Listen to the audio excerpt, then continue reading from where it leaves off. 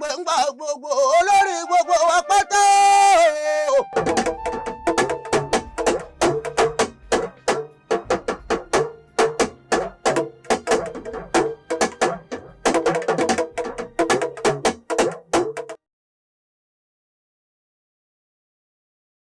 Odò amóhùnmáwòrán Gbangba Làṣàntà. hallelujah. Ẹ jẹ́ kí a gbàdúrà. Ọba ayé Ọlọ́run ìyanu, aláṣẹ iná wàtábólíkà wàsíndàbólíkù wàkáìlíbò wàtáyàmà wàsíndàyàmà wàhíríbò wàlíkànsà màkáìlíbò. Mo gbàdúrà fún àwọn èèyàn yìí, ẹ̀yin irúgbìn tí Ọlọ́run ò gbìn sínú ayé gbogbo, lórúkọ Jésù kólúwa kó fà yín tú. Gbogbo ẹ̀yin tí Sátánì pọ́n lójú lónìí kólúwa kó tú yín sílẹ̀. Ohun látẹ̀ lè ṣe látọ̀dún tó ti pẹ́, ẹ lọ ṣe ìgbésí ayé yín kó gbà túmọ̀. Ọba àwọn ọba kó farahàn yín, ogun ayé yín kó ṣẹ́, ògo Olúwa kó farahàn. Jésù Olúwa wa. Mo ń sọ lórí àkótó pé gbàdúrà ní ìgbà gbogbo. Gbàdúrà ní ìgbà gbogbo. Kí ni à ń pè ní àdúrà? Ohun àkọ́kọ́, àdúrà ní fífi ẹ̀bẹ̀ wa hàn fún Ọlọ́run, láti bá Ọlọ́run sọ̀rọ̀, láti sọ nǹkan tí à ń fẹ́ fún Ọlọ́run. Bóyá ní ìdojúkojú ni, bóyá ní títí kiri ni, a ó fi ẹ̀bẹ̀ wa hàn sí Ọlọ́run. Kò gbọ́dọ̀ sú wa, kò gbọ́dọ̀ sú wa. Ẹ bá yíyá ká gbàgbé Bíbélì pé béèrè, a ó fi fún ọ, kànlẹ̀kùn, a ó sì sílẹ̀, wá kiri, ìwọ yóò sì rí. Àwọn àdúrà tí Ọlọ́run wá ń pè é fún ni pé ká gbà á nínú ọkàn tó péye. Ǹjẹ́ àdúrà ti sú ọ? Ó wàá béèrè pé níbo lo ti ń gbàdúrà?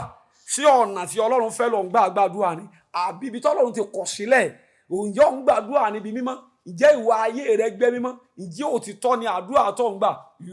O láti bi ayé, o láti bi ara rẹ wò, irú àdúrà wo o lò ń gbàdúrà. We pray and give thanks even during tribulation. Kò gbọ́dọ̀ jẹ́ pé ní ìgbà tó ní nǹkan kan lọ gbàdúrà fọ́lọ́run. Nígbà tí o ń béèrè nǹkan, o ní láti kúkú gbàdúrà kó o tún dúpẹ́.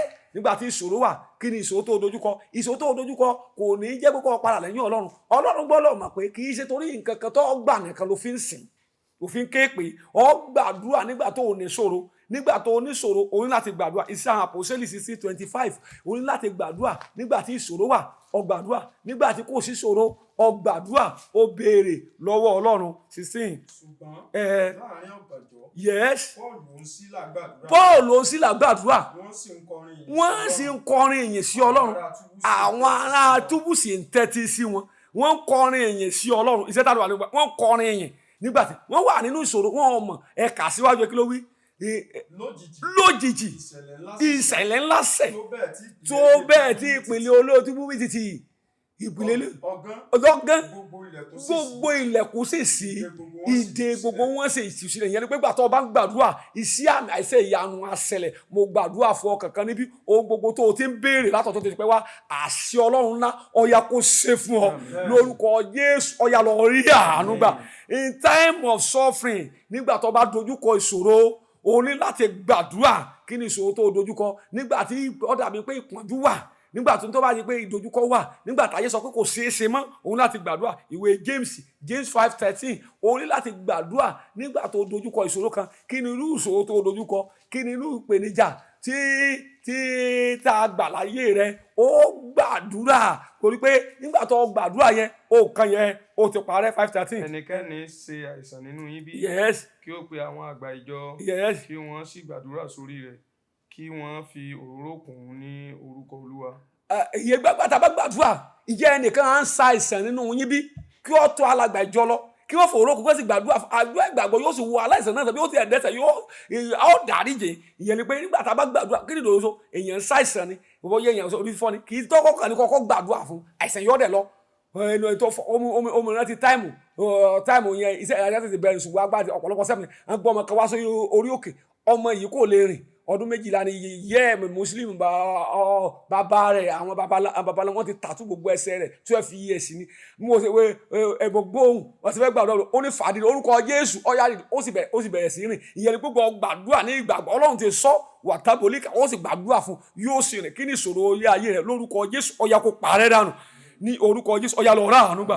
In danger, Matthew 14:30. Nígbà tó wà tí ìṣòro tó kọjá tó wà nínú ayé ènìyàn, gbàdúrà nígbà tó gbàdúrà yẹn àṣẹ iná tẹ̀lé àṣẹ iná tẹ̀lé 14:30 àṣẹ iná tẹ̀lé. ṣùgbọ́n nígbà tó rí tí afẹ́fẹ́ lé ẹ̀rù bà ó bẹ̀rẹ̀ sí rí ó kígbe sókè ó wí pé Olúwa gbà mí ẹ̀rù bà ó wá kígbe sókè Olúwa gbà mí ìyẹn pé nígbà tó wà ní ìṣòro kò wú ẹnì kankan ó wá ń wo Kristi ta ni wọ́n ń wò síse èèyàn ló ń wò síse ẹnìkan tó gbé rẹ̀ kalẹ̀ ló ń wò nígbà tó bá gbàdúrà lọ́nà tó yẹ kó gbà tó lórúkọ tó yẹ kó lórúkọ Jésù tó máa porúkọ bàbá kan tí tó yẹ kó ọ̀run àpáàdì lọ́wọ́ padà parí iṣẹ́ ìrìn àjò ẹ̀sìn àdúrà rẹ̀ ọgbà torí pé Bíbélì pé Ọlọ́run pẹ̀lú sì ti gbé e ga gidigidi ó sì ti fi orúkọ kan fúnni tó borí gbogbo orúkọ pé ní orúkọ Jésù ní gbogbo ekun kó máa wọlé. John 2:2 in desperate situation nígbà John 2:2 ẹ̀ka John 2:2 yẹn in desperate situation nígbà tí situation yẹn dàbí pé ọ̀gá ju Jésù àti àwọn ọmọ ẹ̀yìn rẹ̀ pẹ̀lú ọ̀gá ju yes síbi